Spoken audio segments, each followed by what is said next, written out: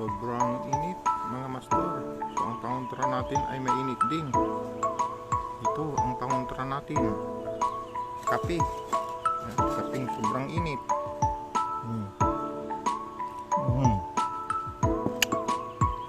Ayan.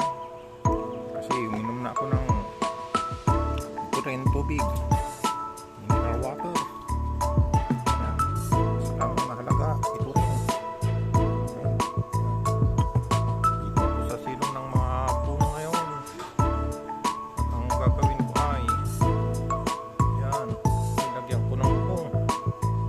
Isprayan natin ng tubig. Ganyan ang pampalamig sa paligid. Isprayan natin siya ng tubig para mabasa ng konti. Kasi mabigat naman to. Kaya hindi pwedeng lagyan ng maraming tubig.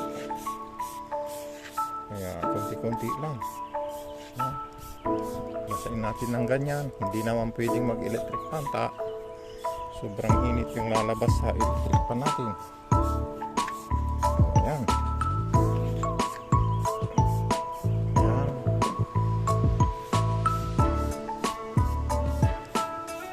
Ayan, lumamig ng kaunti.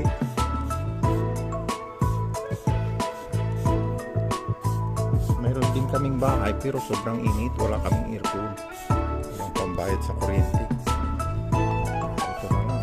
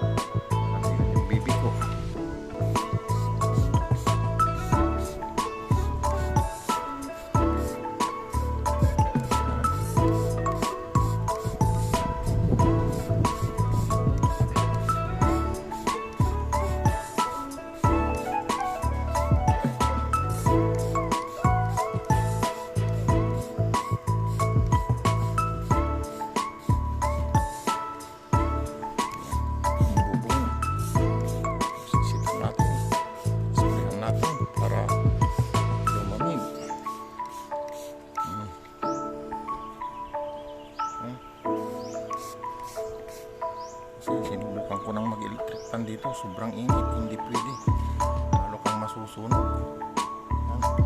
Kape muna tayo. Ayan. May tubig din pero mas mahirap uminom ng tubig. Ang apat ng ganito yung nainom ko, mainit pa rin. So mas mabuti ito, kaunti lang. Parang nalulunod na yung puso ko sa kainom ng tubig na malamig.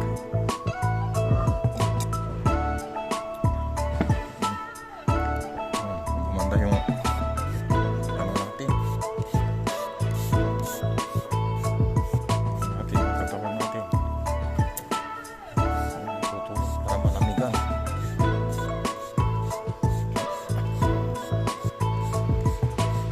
Ayun. Katabi na natin yung mga pipis natin na hinuli natin sa karayan, pangalakan.